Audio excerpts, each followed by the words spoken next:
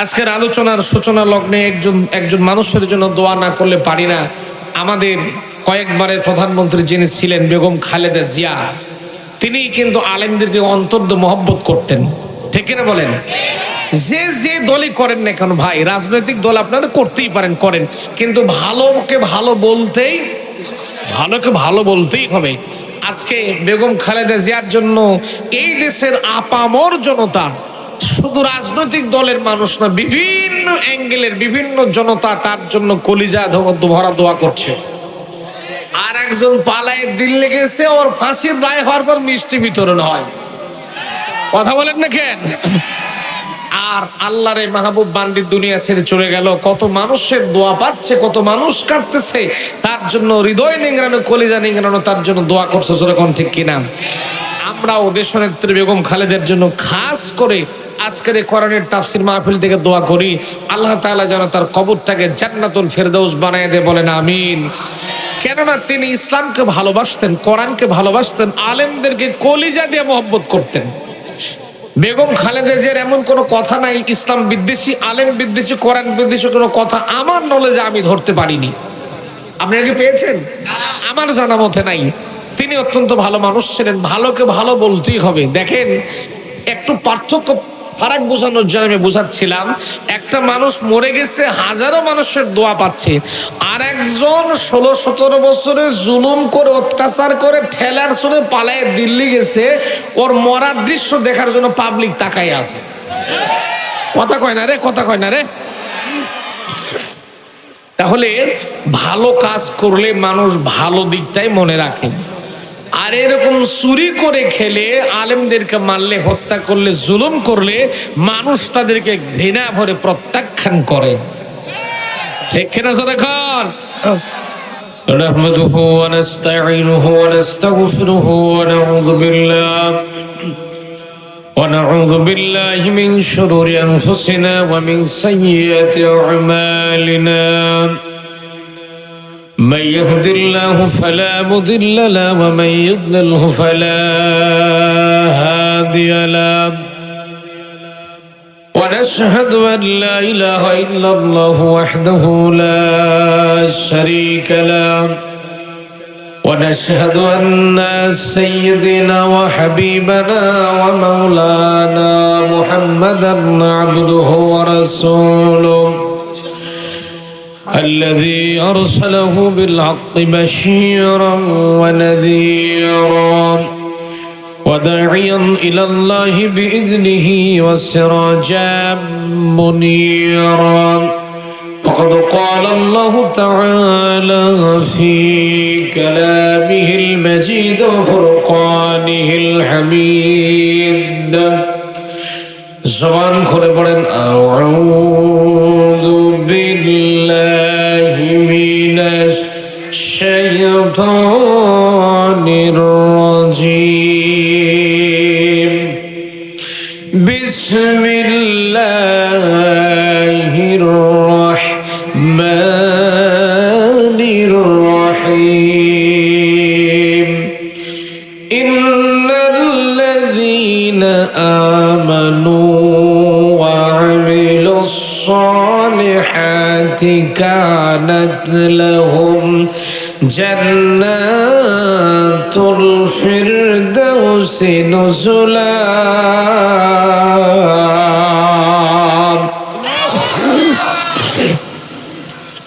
صدق الله العظيم.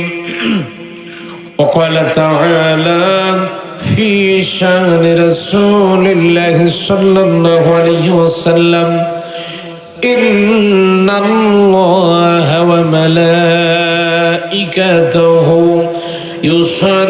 يصلون على النبي يا أيها الذين آمنوا صلوا عليه وسلموا تسليما. اللهم صل على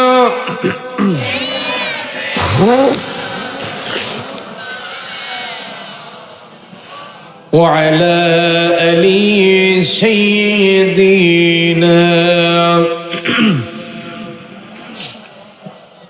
প্রাণ খুলে মোহাম্মদের সাথে পড়েন আল্লাহুম্মা সাল্লি আলা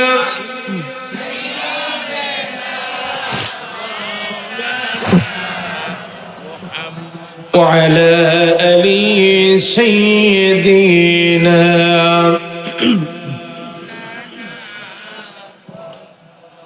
আমি যদি কখনো তায়েফে যাই বলবো ডেকে মাটিকে নবীজির ক্ষণ ঝরলো কোথায় আল্লাহুম্মা সাল্লি আলা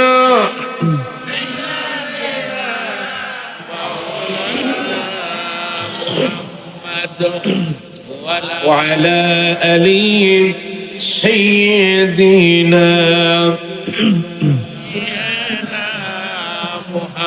بلغ العلا بكماله كشف الدجى بجماله أسند جميع خصاله صلوا عليه صورة الصف بدار حكمة لقمان ما قارئ قرآن بريء أي دل شادمان ما بلغ العلا بكماله كشف الدجى بجماله أسند جميع خصاله صلوا عليه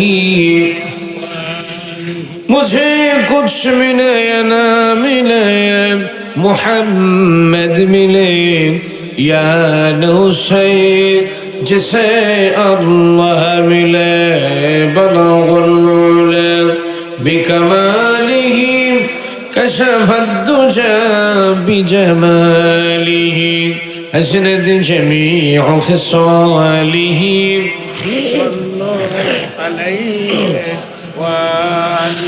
দুঃখের আধার শেষে আলোর প্রভাত হাসে হতাশার কালো মেঘে যায় গো ভেসে দুঃখের আধার শেষে আলোর প্রভাত হাসে হতাশার কালো মেঘে যায় গো ভেসে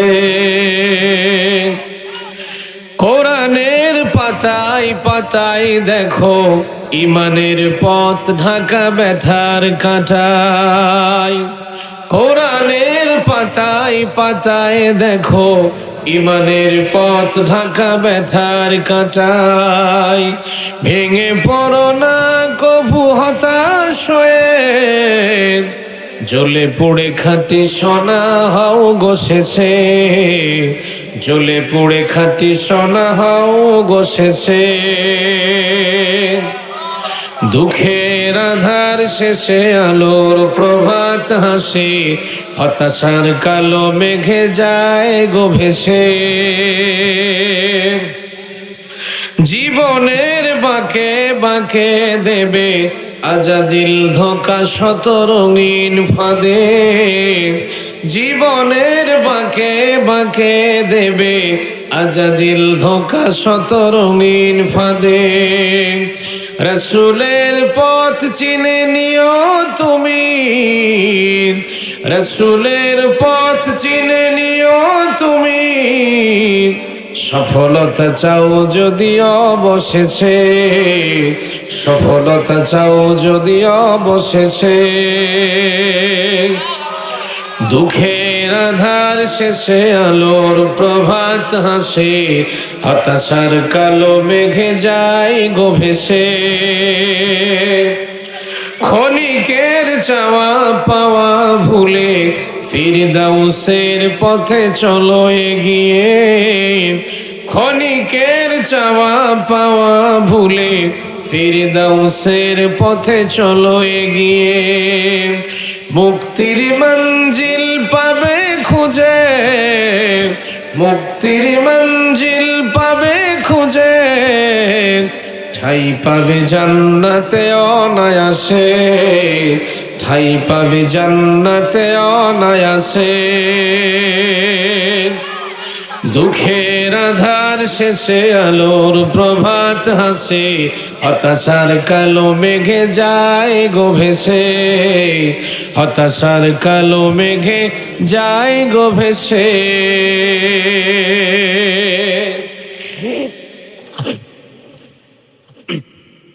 আলহামদুলিল্লাহ। এটা মিরপুর থানা না? বাংলাদেশের ঐতিহ্যবাহী জেলা কুষ্টিয়া, কুষ্টিয়া জেলার মিরপুর থানাধীন একতারপুর কল্যাণপুর গোরস্থানের উদ্যোগে বাৎসরিক তাফসীরুল কোরআন মাহফিলের 2 দিন ব্যাপী ঐতিহাসিক তাফসীরুল কোরআন মাহফিলের আজকের সমাপনী রজনীর সাহেবের সাদার মুআজ্জাজ মোহতারাম জনাব সম্মানিত সভাপতি সাহেব জনাব মোহাম্মদ নান্নু খান, সভাপতি একতারপুর ঈদগাহ গোরস্থান। আজকের মাহফিলের প্রধান অতিথি শাহ আজিজুর রহমান মুর্তজা সাহেব, গোল্ডেন অটো কুষ্টিয়া। বিশেষ অতিথি জনাব মোহাম্মদ রাইহান মাস্টার, মোহাম্মদ নাজমুল হক খান সাহেব, আমন্ত্রিত অতিথিবৃন্দ। দোয়া করছি আল্লাহ তাআলা তাদের হায়াতে তাইয়্যিবা, সিহাতে কুল্লিয়া দান করুক, বলেন আমিন। সার্বিক তত্ত্বাবধানে আছেন এস.এম. সুলতান মাহমুদ, মোহাম্মদ সুজন খান, আল্লাহ তাদেরকেও কবুল করুক, বলেন না আমিন।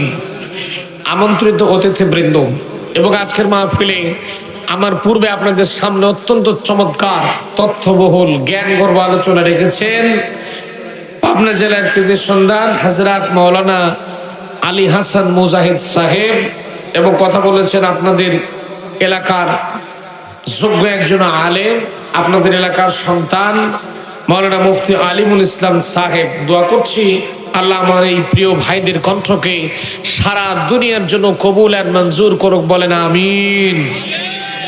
সহ আমন্ত্রিত ওলামা হাজরাত, বিভিন্ন এলাকা থেকে আগত দিনদার, ইসলাম প্রিয়, কোরআন প্রিয়, তাওহীদ প্রিয়, তাওহীদের পতাকাবাহী ধর্মপ্রাণ মুসলমান ভাই এবং বন্ধুগণ, পর্দার আড়াল বসত এলাকার সম্মানিত মা এবং বোনেরা, আলোচনার শুরুতে আনুষ্ঠানিকতার মধ্য দিয়ে আমি আবার আপনাদেরকে আন্তরিক মোবারকবাদ এবং সালাম পেশ করছি। আসসালামু আলাইকুম ওয়া রাহমাতুল্লাহ।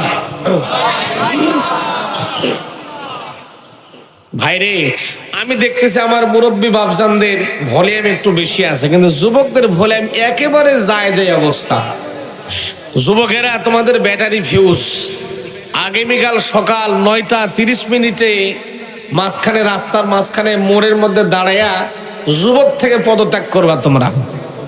তোমাদের পদত্যাগ করাই দরকার। তোমাদের যে ভলিউম, এই ভলিউম দিয়ে আগানো যাবে না। একটু প্রাণ খুলে কি সালামের জবাব দেওয়া যাবে?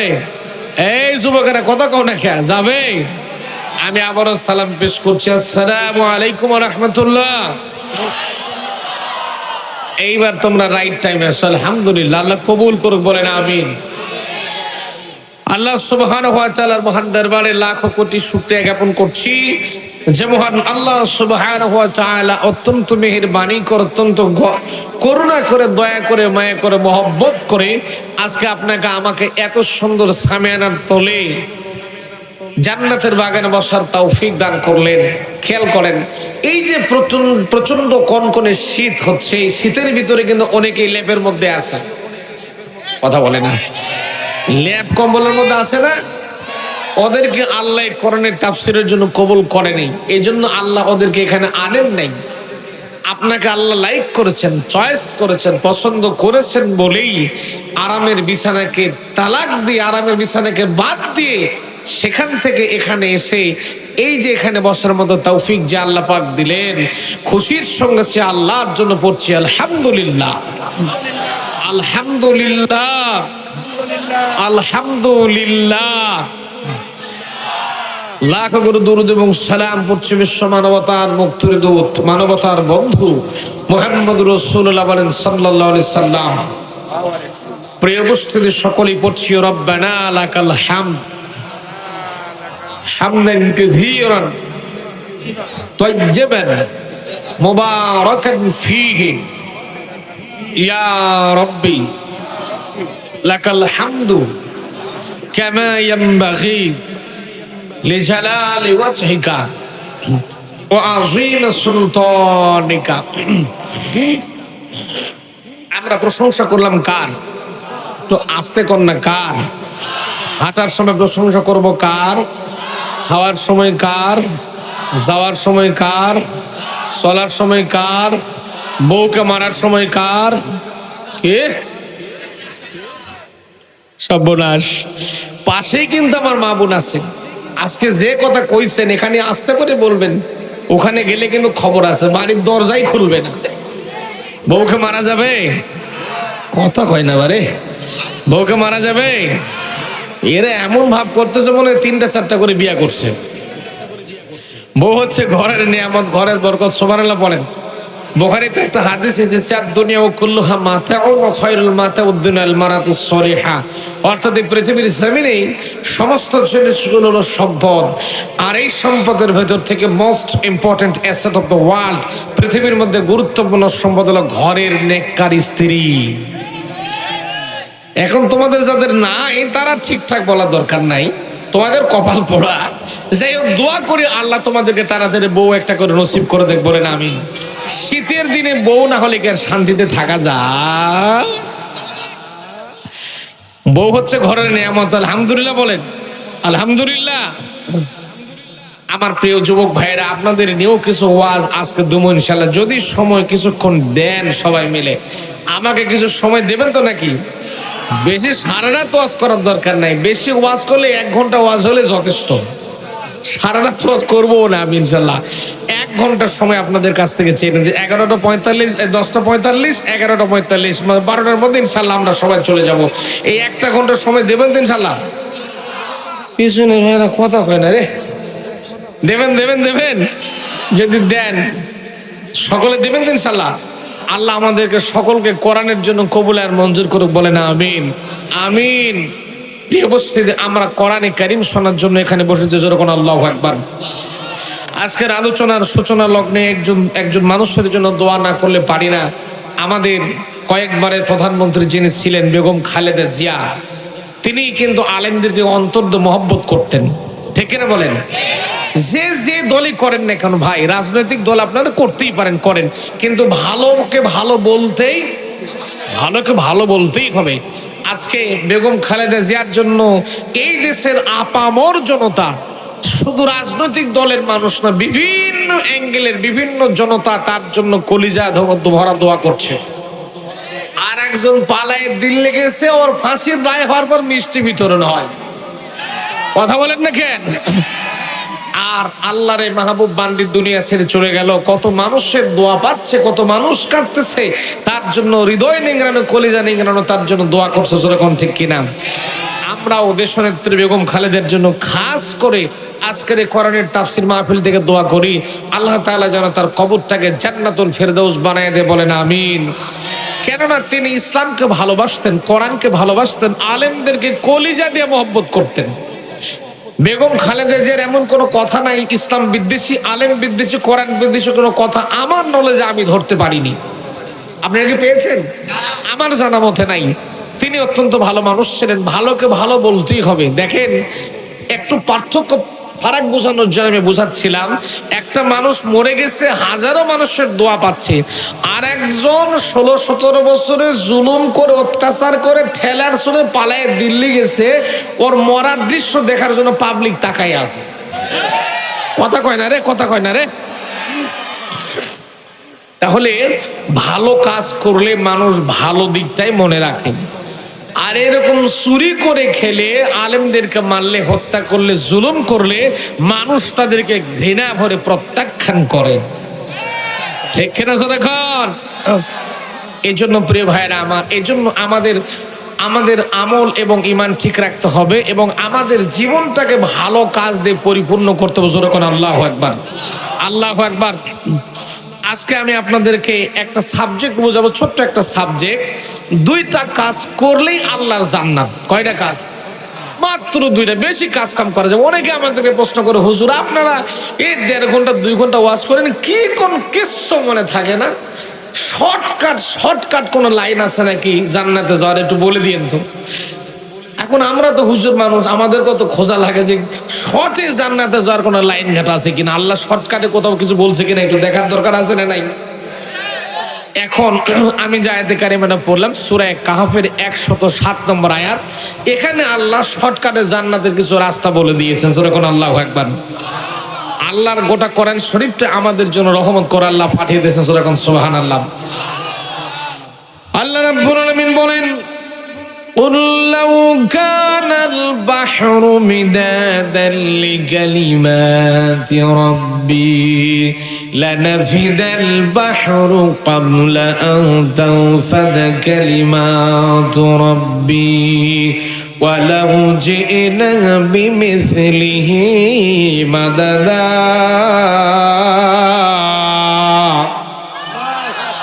আচ্ছা ভাই, কোরআনে কারীম যখন তেলাওয়াত হয়ে যাবে, কণ্ঠস্বরে উচ্চ আওয়াজে আল্লাহু আকবার কি বলা যাবে ভাই? বলা যাবে তো? হাত তোলেন তো কারা কারা বলবেন না?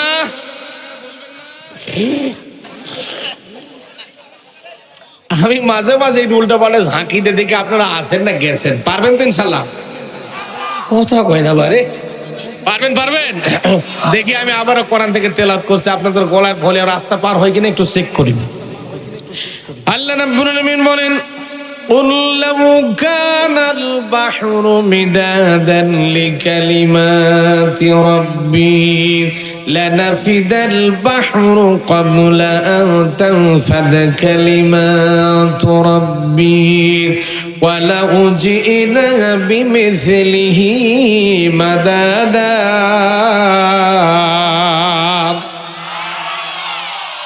আমার প্রিয় মহান আল্লাহ রাব্বুল আলামিন বলেন, নবী আপনি বলেন, এই দুনিয়াতে আমি আল্লাহ রাব্বুল আলামিন কোরআনে কারীম নাযিল করে দিয়েছি।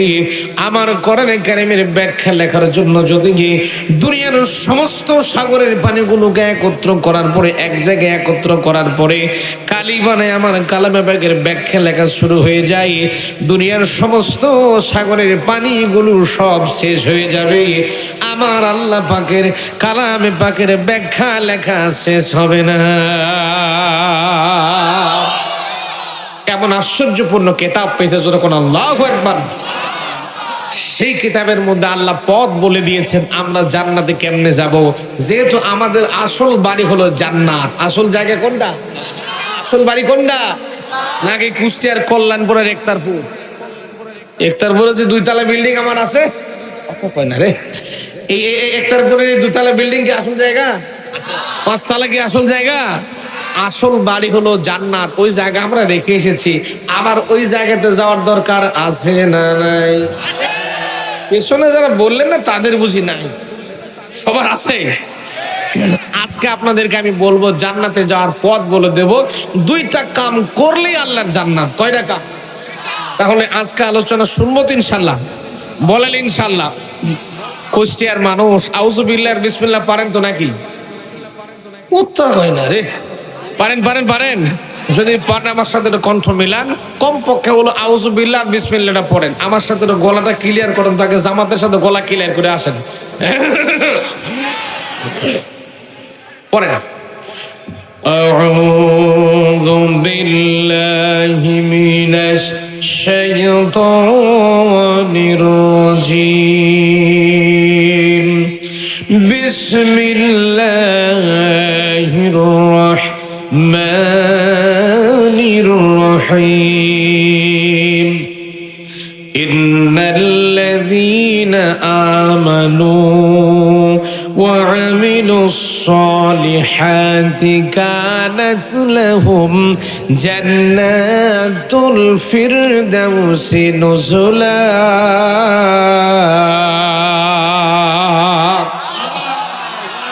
صدق الله العظيم। বিতাড়িত মুরতাদ শয়তানের ওয়াসওয়াসা থেকে পানাহ চেয়ে নিয়ে পরম করুণাময় আল্লাহ সুবহানাহু ওয়া তাআলার নামে কোরআনে কারীম থেকে আলোচনা শুরু করছি। প্রিয় ভাইরা আমার, আমি আপনাদের সামনে তেলাওয়াত করলাম সূরা কাহফের 107 নম্বর আয়াতে কারিমা। সূরাটার নাম কি বললাম ভাই? সূরা কাহফ, আয়াত নম্বর কত? 107। এখন আসেন, আমি সময় খুব, যেহেতু শীতের রাত তো বেশি লম্বা করছি না, খুব অল্প সময়ের মধ্যে আলোচনা শেষ করব ইনশাআল্লাহ। আল্লাহ কি বলছেন, ডাইরেক্ট আলোচনার মধ্যে ঢুকে গেলাম। আল্লাহ কি বলছেন এই আয়াতের মধ্যে, আসেন একটু এর অনুবাদ, সরল অনুবাদটা একটু করে নেই। আল্লাহ বলছেন ইন্নাল্লাযীনা আমানু, ইন্না মানে নিশ্চয়, আল্লাযীনা শব্দের মানে যে বা যারা, আমানু মানে ঈমান এনেছেন। খেয়াল করেন, আল্লাহ বলতেছেন নিশ্চয় যে বা যারা ঈমান এনেছেন, ওয়া আমিলুস সলিহাতি, ভালো কাজ করেছেন, আল্লাহ বলতেছেন কানাত লাহুম জান্নাতুল ফিরদাউসি নুজুলা, আমি আল্লাহ তাদের জন্য জান্নাতুল ফেরদাউসটাকে প্রস্তুত করে রেখেছি। পিছনের ভাইরা সুবহানাল্লাহ কালকে সকাল 10টার পরে কই না, আজকে থাক ভাইরা। আমার কাজ করা লাগবে কয়টা? 1 নম্বর কাজ হলো ঈমান আনা লাগবে, 2 নম্বরের কাজ হলো আমলে সলে ভালো কাজ করা লাগবে। তাহলে আল্লাহ দিবেন কি? জান্নাত। তাও কোনটা কোনটা কোনটা কোনটা? ফেরদাউস। এখন কুষ্টিয়ার মানুষ, আপনার তো জ্ঞানী গুণী মানুষ, শিক্ষিত মানুষ, আপনাদের কাছে আমার একটা প্রশ্ন, ছোট্ট একটা প্রশ্ন। আমি লোকটা পাঞ্জাবের ঝুল, লোকটা খাটো মানুষ কিন্তু পাঞ্জাবের ঝুলটা একটু লম্বা, কিন্তু এলেমের ঝুল একেবারেই কম, ক্ষুদ্র জ্ঞানী মানুষ, ক্ষুদ্র কথা বলবো ইনশাল্লাহ। আমি আপনাদেরকে একটা প্রশ্ন থ্রো করি, সেটা হলো আমরা কি সকলে ঈমান এনেছি? কোন কোন কোন? কে কয় ইনশাল্লাহ, কে কয় হ্যাঁ, কে কয় না, কে কয় মানে এক একজন এক এক, এখানে আমাদের ইখতিলাফ হয়ে গেছে। কেউ বলতেছে আনছি, কেউ বলে আনিনি, কেউ বলে ওই কোন দিকে যাবো হুজুর, যা কই কোগা। এখন আপনাদেরকে আমি ক্লিয়ার করে দেই, আমরা বাস্তবিক পক্ষে কেউ ঈমান আনিনি, ঈমান আমরা পেয়েছি। ঈমান কি করছি? ঈমান আমরা পাইছি। আনার পাওয়ার মাঝে কোনো পার্থক্য আছে? আছে। কেমন পার্থক্য একটু খেয়াল করা লাগবে, আজ একটু বুঝতে হবে ভাই। আনা, আমরা উত্তরবঙ্গের মানুষ তো, প্রচন্ড ঠান্ডা আমাদের, আপনাদের লেগে তাও তো ঠান্ডা একটু কম, কিন্তু আমি গতকাল অনেক দূরে ছিলাম, আমাদের উত্তরবঙ্গে প্রচন্ড শীত পড়ে গেছে, এই জন্য কফ আসতেছে, জায়গায় একটু কষ্ট হচ্ছে কথা বলতে। তারপরে যদি আপনারা সময় দেন কিছুক্ষণ কথা হবে ইনশাআল্লাহ, আল্লাহ কবুল করুক, বলেন আমিন। এখন আসেন, আনার পাওয়ার মাঝে কি কোনো পার্থক্য আছে? কেমন পার্থক্য একটু খেয়াল করেন। ঈমান এনেছিলেন আল্লাহর নবীর সাহাবায়ে কেরাম রিদওয়ানুল্লাহি তাআলা আলাইহিম আজমাইন, ওনারা ঈমান এনেছিলেন, আর আমরা পাইছি। ওই যে পাওয়া জিনিস হলে মাংনাই, যে কোনো জিনিস পাইলে ওটার প্রতি কোনো মহব্বত থাকে। আচ্ছা মনে করেন কুষ্টিয়া শহরে আপনার 10 শতক জমি আপনার বাপ কিনে দিয়ে গেছে ওই বর্তল মোড়ে, আর আপনি নিজে খেটে খুঁটে রক্ত মানে ঘাম করে পয়সা রোজগার করে 10 শতক জমি আপনি পাশে কিনছেন। এখন বেটির বিয়ে দেওয়া লাগবে, কথা বোঝা যায়, মেয়ের বিয়ে দেওয়া লাগবে, আপনার 10 লাখ 20 লাখ টাকার দরকার। এখন জমি না বেচলে আপনার হচ্ছেই না, কোন জমি বেচবেন? কথা কয় না রে, কোনটা কোনটা? আগে চিন্তা করো, বাপের জমিও থাকে থাক,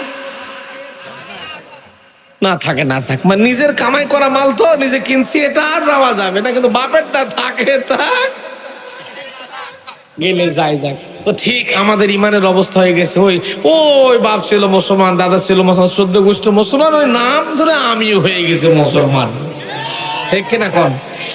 ইমান এনেছিলেন আল্লাহ নবী সাহাবায়ে কেরাম, ইমান আনার কারণে ওনারা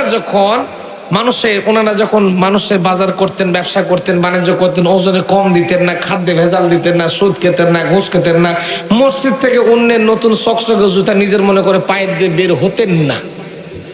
আর এই কামগুলো আমরা একটু আধটু করি আর কি, তো নাকি? আমরা একটু ওজনে কম দিই, খাদ্যে ভেজাল দিই, একটু সুদ খাই, ঘুষ খাই, নতুন জুতা দেখলে মনে করি রে নিজে আস্তে করে পায়ের দিয়ে পকার পার হই, আছে না? আরে ভাই, হাজি মানুষ একেবারে টাটকা হাজি, কেবলই জান্নাত থেকে পালাই আসলো, টাটকা হাজি, খাসির গোস্ত বিক্রি করতেছে মুসলমান লোক, দাড়িওয়ালা মানুষ, টুপিওয়ালা মানুষ। আচ্ছা দাড়িওয়ালা টুপিওয়ালা দেখলে মানুষ একটু মহব্বত করতে চায় না? মনে করে যে আল্লাহওয়ালা মানুষ, ভালো মানুষ। এখন আমি গেছি গোস্ত কিনতে, 1 কেজি খাসির গোস্ত কিনবো, গিয়েছি, ভাই একটু ওজন দাও, এখন আমারে ওজন দিতেছে। এখন তো ডিজিটাল কাঁটায় ডিজিটাল চুরি হয়, কথা কন না কেন? এখন আমি গেছি গোস্ত কেনার জন্য আমার এলাকায়, বাজারের নাম বলছি না, এখন বলছে 1 কেজি খাসির গোস্ত উঠাই দাও দেখে। এখন তো 1 কেজি খাসির গোস্ত মাসালে 1000 টাকার উপরে দাম। তো গোস্ত দিতে দিতে আমার গোস্তর ওজন দিতেছে প্রায় 1200 গ্রামের মতো ওজন দিয়ে ফেলাইতেছে। আমি বললাম ভাই 1 কেজি গোস্তর মধ্যে 1000 গ্রাম ওজন হবে, তুমি যে 1200 গ্রাম ওজন দিয়েছো তোমার কি লস হবে না? আল্লাহর ওলি মুফতি একটা হাসে দিয়েছে, না হুজুর নিয়ে যান, হুজুর মানুষ খেয়ে দোয়া করবেন। মানে কিছু কিছু মানুষ হুজুরদের মাথা মোটা বুদ্ধি শুদ্ধি নাই এরকম মনে করে। আমি চিন্তা ভাবনা করলাম যে ঘটনা কি, এত বড় আল্লাহর ওলি আমার বাজারে বসে আছে আর আমি জানি না। দেখি তো একটু চেক করে দেখি তো, আরেকটা দোকানে একটু কাঁটাতে লাগাই, তো আরেকটা ডিজিটাল কাঁটায় যখন তুলে দিছি দেখতেছি আল্লাহর ওলি আমার ওজন দিয়েছে মাত্র 800 গ্রাম। কতখানি খুব জিতাই দিল তো নাকি? আহা, এই হক এই সিটারি বাটপানে আমাদের মাঝে আছে না নাই? আছে না নাই? ইমান যদি কষ্ট করে আমরা আনতাম, এই সিটারি বাটপানির ভিতরে তৈরি হতো। মহিলা সাহাবায়ে কেরাম যারা ছিলেন তারা স্বামীর খেদমত করতেন, পর্দার মধ্যে থাকতেন, অনেক ভালো মতো থাকতেন। আর আমাদের দেশের মহিলারা কেমনে থাকে আপনারা আমার চাইতে ভালো জানেন।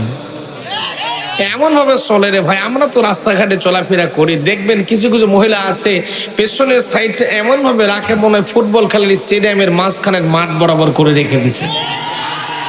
আছে না নাই? আর আল্লাহর নবীর জামানায় যে সমস্ত সাহাবা আজমাইন ছিলেন তারা অত্যন্ত মাহবুব বান্দি ছিলেন, ভদ্র ছিলেন, নম্র ছিলেন, ইমানদার ছিলেন। যখন আল্লাহু আকবার।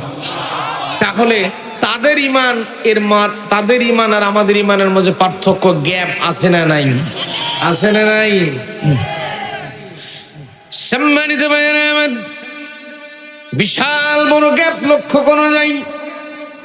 সাহাবায়ে কেরাম ইমান এনেছিলেন, ইমান তারা এনেছিলেন, ইমান আনার কারণে জীবন চলে গিয়েছে, তারপরে তাদের কাছ থেকে ইমান চলে যায় নাই। ভাইয়েরা আমার, হযরতে খাব্বাব রাদিয়াল্লাহু তাআলা যখন ইমান গ্রহণ করলেন, ইমান গ্রহণ করার কারণে বিশ্বনবীর সাহাবী হযরতে খাব্বাব রাদিয়াল্লাহু তাআলার উপরে অত্যাচার ইস্তেমরণ চালিয়ে দেওয়া হলো। কাফের বেঈমানের বাচ্চারা খাব্বাব রাদিয়াল্লাহু তাআলার দেহটাকে কেমন করে পোড়াতে লাগলো। ছোট্ট ছোট্ট কাঠের গড়ি আনলো, কথা শুনতেছেন? ছোট্ট ছোট্ট কাঠের গড়ি আনলো, আস্তে করে কয়লার মধ্যে আগুনের মধ্যে ছেড়ে দিল। এক একটা কাঠের গুঁড়ি এক একটা কয়লার আগুনে পরিণত হয়ে গেল। প্রত্যেকটা কাঠের গুঁড়িকে আস্তে আস্তে করে পিল পিল করে আস্তে আস্তে করে লাইন করে সাজিয়ে দিল। এরপরে হযরতে খাব্বাব রাদিয়াল্লাহু তাআলার শরীরটাকে আস্তে করে কাঠের গুঁড়ির উপরে শীত করে শোয়ে দেওয়া হলো। আমার প্রিয় ভাইরা, হযরতে খাব্বাবের দেহটা শীত করে, খাব্বাব রাদিয়াল্লাহু তাআলার দেহটাকে শীত করে কাঠের গুঁড়ির উপরে আগুনের গুঁড়ির উপরে আস্তে করে যখন শোয়ে দেওয়া হলো, হযরতে খাব্বাব রাদিয়াল্লাহু তাআলার শরীর থেকে টিপ টিপ করে রক্তগুলো ঝরছিল, চর্বিগুলো গলে গলে পড়ছিল। কাফের বেঈমানের বাচ্চারা খাব্বাব রাদিয়াল্লাহু তাআলাকে একটা বারের জন্য ডাকতে বলে, খাব্বাব রে, যদি তুমি ঈমান যদি বাদ দিতে পারো, কালেমা যদি বাদ দিতে পারো, ঈমান যদি তুমি বাদ দিতে পারো, তাহলে তোমাকে কোনো কষ্ট দেওয়া হবে না, কোনো যন্ত্রণা দেওয়া হবে না, তোমাকে এমনি এমনি ছেড়ে দেওয়া হবে। হযরত খাব্বাব রাদিয়াল্লাহু তাআলা ডাকতে বলেন, দুনিয়ার কাফের বেঈমানের বাচ্চারা রে, আমি খাব্বাব যখন একবার যখন কালেমা পড়ে মুসলমান হয়ে গেছি, আমি খাব্বাব আমার শরীরের ভিতরে যতক্ষণ পর্যন্ত নিঃশ্বাসটুকু চলাফেরা করতে থাকবে, খাব্বাব জীবন চলে যাবে, খাব্বাবের ভিতর থেকে ঈমান কখনোই চলে যাবে না। এটা ছিল তাদের ঈমান, এটা ছিল তাদের ঈমান, এটা ছিল তাদের ঈমান। মুসলমান জীবন চলে যেতে পারে, মুসলমান সবসময়ের জন্য ন্যায় ইনসাফকে প্রতিষ্ঠা করার জন্য ঈমানের জন্য জীবন দিতে পারে, তারপরে মুসলমান পিছু হটতে পারে না। জীবন জ্বলন্ত জীবন দিয়ে দেখিয়ে দিয়ে গেল আমাদের শরীফ ওসমান হাদি ভাই। ইনসাফের পক্ষে কথা বলতে গিয়ে দুনিয়ার মানুষগুলো তাকে হত্যা করে দুনিয়া থেকে বিদায় করে দিল। তার অপরাধ কি ছিল? শুধু চেয়েছিল এই বাংলার জমিনে ইনসাফ প্রতিষ্ঠিত, এটাই তিনি চেয়েছিলেন। যখন ঠিক কিনা? আর ইনসাফ প্রতিষ্ঠা করার দরকার আছে না নাই? এই ইনসাফকে প্রতিষ্ঠিত করার জন্য আপনার জীবন বিপন্ন হতে পারে, কষ্ট হতে পারে, জমি জমা নষ্ট হতে পারে, জীবন নষ্ট হতে পারে, ফলমূল নষ্ট হতে পারে, তারপরেও ইমানের উপরে আপনি অবিচলের সাথে দাঁড়িয়ে থাকার দরকার আছে না নাই? আওয়াজ দিয়ে বলেন, আছে না নাই? আল্লাহ রাব্বুল আলামিন বলেন, وَلَنَبْلُوَنَّكُمْ بِشَيْءٍ مِّنَ الْخَوْفِ وَالْجُوعِ ونقص من الأموال والأنفس والثمرات وبشر الصابرين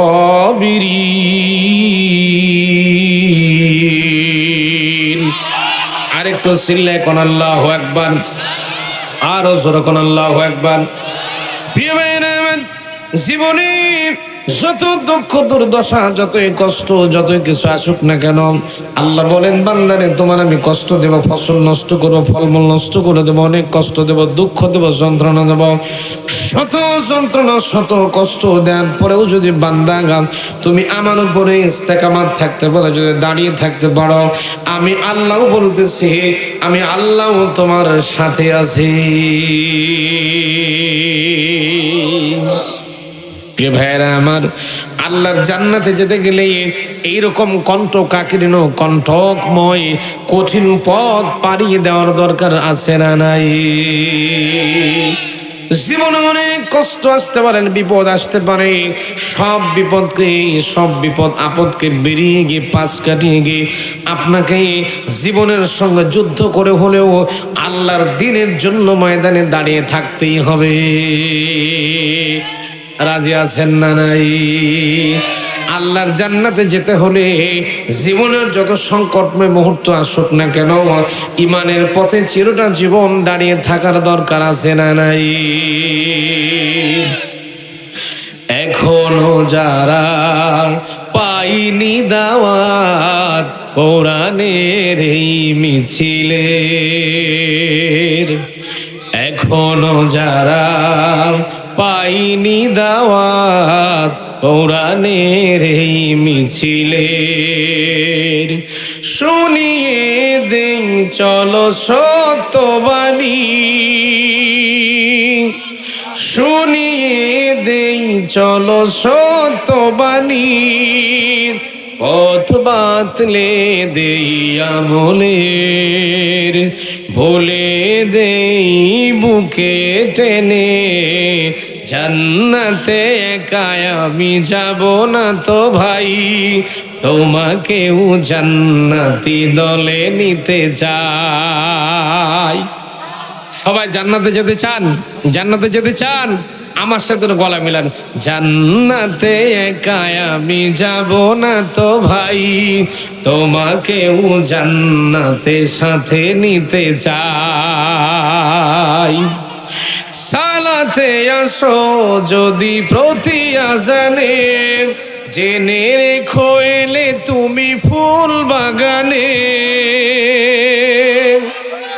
সালাতে আসো যদি প্রতি আজানে, জেনে রেখো এলে তুমি ফুল বাগানে, যে বাগে রহম ঝরে হয় রোশনাই, যে বাগে রহম ঝরে হয় রোশনাই, শুধু তাই শুধু তাই আহা শুধু তাই, তোমাকেও জান্নাতে সাথে নিতে চাই।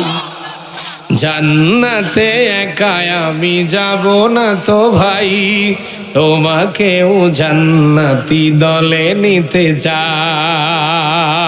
নারে তাকবীর, নারে তাকবীর। প্রিয় ভাইরা আমার, এই দেশটা যদি ইমানদারদের হয়ে যায়, আমার ভাইরা লক্ষ্য করা লাগবে, দাড়িওয়ালা টুপিওয়ালাদেরকে সকলে এক কাতারে এক প্ল্যাটফর্মে আসার দরকার আছে না নাই? আসার দরকার আছে না নাই? আমরা আগামীতে ইসলামকে আমরা পার্লামেন্টে পাঠাতে চাই, আল্লাহর কোরআনকে পার্লামেন্টে পাঠাতে চাই, চাই কি চাই না? আমার প্রিয় ভাইরা, যদি আমরা আগামীতে আল্লাহর কোরআনকে পার্লামেন্টে পাঠাতে পারি, তাহলে এই সিটারি বাটপারি চুরি দুর্নীতি থাকবে, সব দুর্নীতি উৎখাত হয়ে যাবে। কেননা কোরআনওয়ালারা ভয় করে কাকে? জোরে কোন কাকে? কোরআনওয়ালারা ভয় করে একমাত্র আল্লাহকে। কোরআনের একটা সোনালী সমাজ যদি তৈরি হয়ে যায়, এই সমাজে চুরি থাকবে না, ডাকাতি থাকবে না, সিটারি বাটপারি দুর্নীতি কিছুই থাকবে। আমি মিডল ইস্টের কয়েকটা দেশে গিয়েছি, দেখতে বাচ্চা হুজুর, আল্লাহ আমাকে একটা বাচ্চা দিয়েছেন। আমি ভারতের এমন কোন রাজ্য নেই সেখানে মাহফিল করিনি, প্রায় রাজ্যে মাহফিল করেছি। তো সৌদি আরব গিয়েছি, বাহরাইন গিয়েছি, দুবাই গিয়েছি, কয়েকটা দেশে আমি যখন ঘুরলাম লক্ষ্য করে দেখলাম মিডল ইস্টের দেশগুলোতে আপনারা যারা মক্কা মদিনায় গিয়েছেন, আমি প্রায় বক্তৃতায় এই কথাটা বলে থাকি, লক্ষ্য করুন আল্লাহর কোরআন চালু থাকলে জীবনে কি শান্তি আসবে একটু খেয়াল করুন। মক্কা মদিনায় তো অনেকে গিয়েছেন নাকি? কথা কয় না বারে, অনেকেই তো গিয়েছে, জাননি? অনেকেই জানেন, অনেকে গিয়েছেন, আলহামদুলিল্লাহ। আল্লাহ সকলকে যাওয়ার তৌফিক দান করুক, বলেন আমিন। চিন্তা করে হুজুর আমি ফকির নেই, আমি গরিব মানুষ, টাকা পাবো কোথায়? আরে ভাই নিয়ত করেন, নিয়ত করেন, নিয়ত করলে আল্লাহ সওয়াব দান করে দেয়, তারপরে গেলে সেটার পরিপূর্ণতা আল্লাহ দান করে দেয়। নিয়ত করেন, আল্লাহ কোন ফাঁকা আপনাকে নেবে আপনি টেরও পাবেন না। এই জন্য নিয়ত করার, যাওয়ার জন্য নিয়ত করার ইচ্ছা থাকার দরকার আছে না নাই? নিয়ত করেন। আমরা কোরআনের মাহফিল থেকে দোয়া করি আল্লাহ যেন এই মাহফিলের সবাইকে মক্কা মদিনা জিয়ারা করার মতো তৌফিক আল্লাহ দান করে, বলেন আমিন আমিন। আমি দেখেছি মদিনাতে, মদিনার এক একটা সোনার দোকানে যতগুলা করে সোনা থাকে, আপনার কুষ্টিয়ার সব সোনা জোড়া দিলেও মদিনার একটা দোকানের সোনার সমান সোনা হবে দন্তান্নয়কারের না। এতগুলা করে সোনা এক একটা দোকানে থাকে। আজান যখন হয়ে যায় সবাই দৌড়ে চলে যায় মসজিদের ভিতর, কেউ নাই, সবাই চলে গেছে, মালিক চলে গেছে, শ্রমিক মজুর কুলি সবাই চলে গেছে নামাজের মধ্যে। এখন এই দোকান পাহারা দিচ্ছে কে? কথা কন না কে? সম্মানিত ভাইয়েরা আমার, কোটি কোটি টাকার সোনার দোকানের সোনা পাহারা দেওয়া লাগে না, দোকান পাহারা দেয় স্বয়ং আল্লাহ নিজেই। আর আমার বাংলাদেশের মাটিতে আপনি কুষ্টিয়া সৌরহাস মোড় থেকে বাটার দোকান থেকে বাটার একটা জুতা কিনলেন, কেনার পরে মিরপুর মডেল মসজিদে সে নামাজ পড়তে ঢুকেছেন, নতুন চকচকে জুতা, কেবল সুন্দর একটা জুতা রেখে আপনি নামাজের মধ্যে ঢুকেছেন। রুকুর মধ্যে গিয়ে পড়তেছেন সুবহানাল্লাহিল আযীম, সেজদায় গিয়ে পড়তেছেন সুবহানাল্লাহিল আলা। আর একবার চিন্তা করতেছেন বাটার জুতা আছে না গেছে?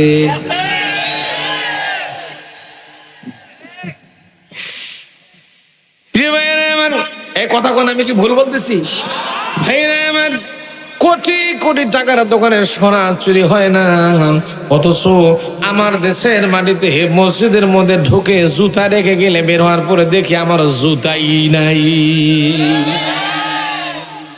শুধু তা নয়, এই যে আমরা যখন ওয়াজ নসিহত করে যে আপনারা সুন্দর খাওয়ান, সুন্দর পড়ান, মোটা অঙ্কের টাকা দেন, পকেটের মধ্যে হাদিয়া নেই, যখন বাড়িতে যাই কয়েক কিলোমিটার যাওয়ার পরে দেখি আল্লাহর ওলিরা মোটা মোটা গাছ ফেলে আমাদেরকে রাস্তার মাঝখানে ধরে। ওখানে হুজুর টুজুর কিচ্ছু নাই, বলে হুজুর, আমি বলি আমি হুজুর রে, হুজুর টুজুর বাদ, পকেটে যা আছে আস্তে করে দিয়া যান, দিয়া যান, দিয়া যান। তখন মনে হয় আমরা কাদের খপ্পরে পড়ছে, এই জিনিসটা বাংলাদেশে আছে না নাই? আমার নিজের জীবন থেকে উদাহরণ নেন।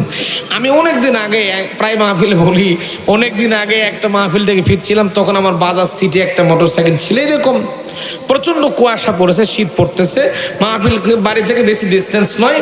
ওয়াশ করে যখন বাড়ির দিকে যাচ্ছিলাম, কয়েক কিলো যাওয়ার পরে দেখতে যে 8-10 জন ছেলে আমার দাঁড় করায় দিছে। আমি চিন্তা করলাম বিয়া শাদী বুঝে হয়নি, মিলাদ টিলাদ বা দোয়া টোয়া করে নিবে হয়তো। তারপরে গেলাম, কাছে গেলাম, আমি বলে এই তোমাদের কি দোয়া টোয়া লাগবে নাকি? বলে হুজুর দোয়া টোয়া বাদ, পকেটে যা আছে একটু করে আস্তে করে দিয়া যান, দিয়া যান, দিয়া যান। আমি তখন চিন্তা করলাম যে কাদের খপ্পরে পড়ে গেছি, পকেটে যা ছিল গোষ্ঠী সুদ্ধা দিছি, দেওয়ার পরে এবার দেখতেছি আমার হাত পা বাইন্দা আস্তে করে শীত করে শোয়াই দিছে। এখন ধান তোলার পরে জমিতে কি কোন থাকে না, লারা, আপনারা কুষ্টিয়ার মানুষ কি কোন কথা বুঝতেছেন তো, লারা থাকে, দেখতেছে কয়েকজন লারা তুলে আমার বুকের উপর ঠাইসা দিয়ে চেপে চেপে দিচ্ছে। আমি বললাম ভাই যা পকেটে গোষ্ঠী সুদ্ধা যা ছিল সব তো দিছি রে ভাই, আবার কি চাস তোরা, আমাকে মেরে মেরে ফেলবি নাকি? বলে না, আপনাকে মারা যায়, আপনি হুজুর মানুষ যদি বদদোয়া টদদোয়া করেন, মানবো না, তুমি লারাতে ঢেকে দিতেছি যাতে করে আপনার এই শিশির পরে আপনার যেন কষ্ট না হয়।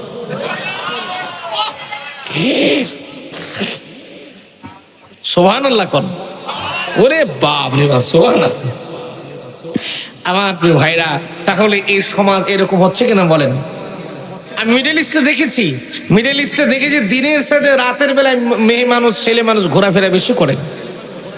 একটা দুটা তিনটা চারটা বলে কোনো শব্দ নেই, 24 আওয়ার্স একটা ছেলে চলবে, মেয়ে চলবে, নিরাপদে চলবে, হেফাজতে চলবে, কেউ ডিস্টার্ব দেওয়ার মতো লোক নাই।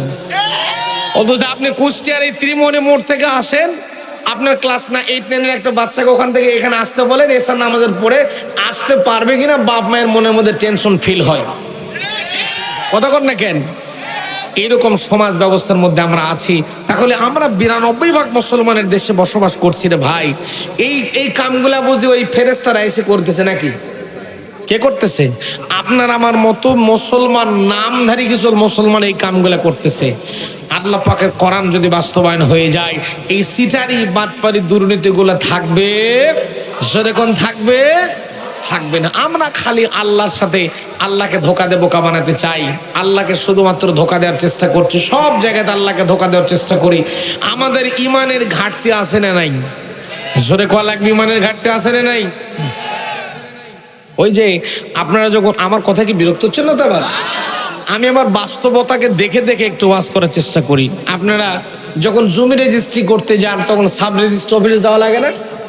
যাওয়ার পর ওখানে ভেন্ডার বা স্ট্যাম্প ভেন্ডার বা উকিল মুক্তার যাই থাকুক না কেন, জমির তো খরচ বলে যে 1 বিঘা জমি কিনবো বেচবো, এটা রেজিস্ট্রির খরচ কত? আস্তে করে বলবে স্ট্যাম্প খরচ 20,000 আর পকেট খরচ 20,000। আছে না নাই? আছে না নাই? তবে কুষ্টিয়াতে বুঝি নাই।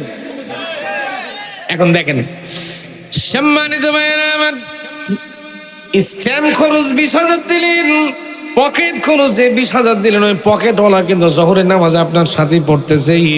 কুষ্টিয়া মিরপুরে যখন আপনি জমি রেজিস্ট্রি করার জন্য গিয়েছেন, জমি রেজিস্ট্রি করার জন্য 20,000 দিয়েছেন আর পকেট খরচ দিয়েছেন 20,000। ওই পকেটওয়ালাও কিন্তু নামাজে দাঁড়ায় গেছে, তিনিও কিন্তু আপনার সাথে নামাজ পড়তেছে আল্লাহু আকবার বলেই। নামাজের ভিতরে আমরা সূরা ফাতিহার মধ্যে কি পড়তেছি? আল্লাহকে সুন্দর করে একটা ভাষা আল্লাহকে বোঝাচ্ছে, ইয়্যাকা না'বুদু ওয়া ইয়্যাকা নাস্তাঈন। আল্লাহ আমি তোমার গোলাম, তোমার দাস, তোমার ইবাদত করে, তোমারই গোলামগিরি, তোমারই সব কিছু করে আল্লাহ আমি তোমার গোলাম। আল্লাহ কয় সিটার রে, তোর পকেটের মধ্যে ওইটা কি? কি মানে ওটা তো জায়েজ নাকি? জায়েজ জিনিস নিয়ে নামাজের মধ্যে দাঁড়ায় গেছে, তাহলে আল্লাহর সঙ্গে প্রতারণা করা হচ্ছে কিনা বলেন? হচ্ছে কিনা বলেন? প্রিয় ভাইয়েরা আমার, এই জিনিসগুলো লক্ষ্য করতে হবে আপনাকে আমাকে, জীবনটা একটু মিলাইতে হবে। কান খাড়া করেন, খুব গভীর মনোযোগ দিলে বুঝতে পারবেন প্রিয় ভাইয়েরা আমার, আমাদের ইমানের ঘাটতিগুলো কোন জায়গায় একটু খুলে করে আস্তে আস্তে করে।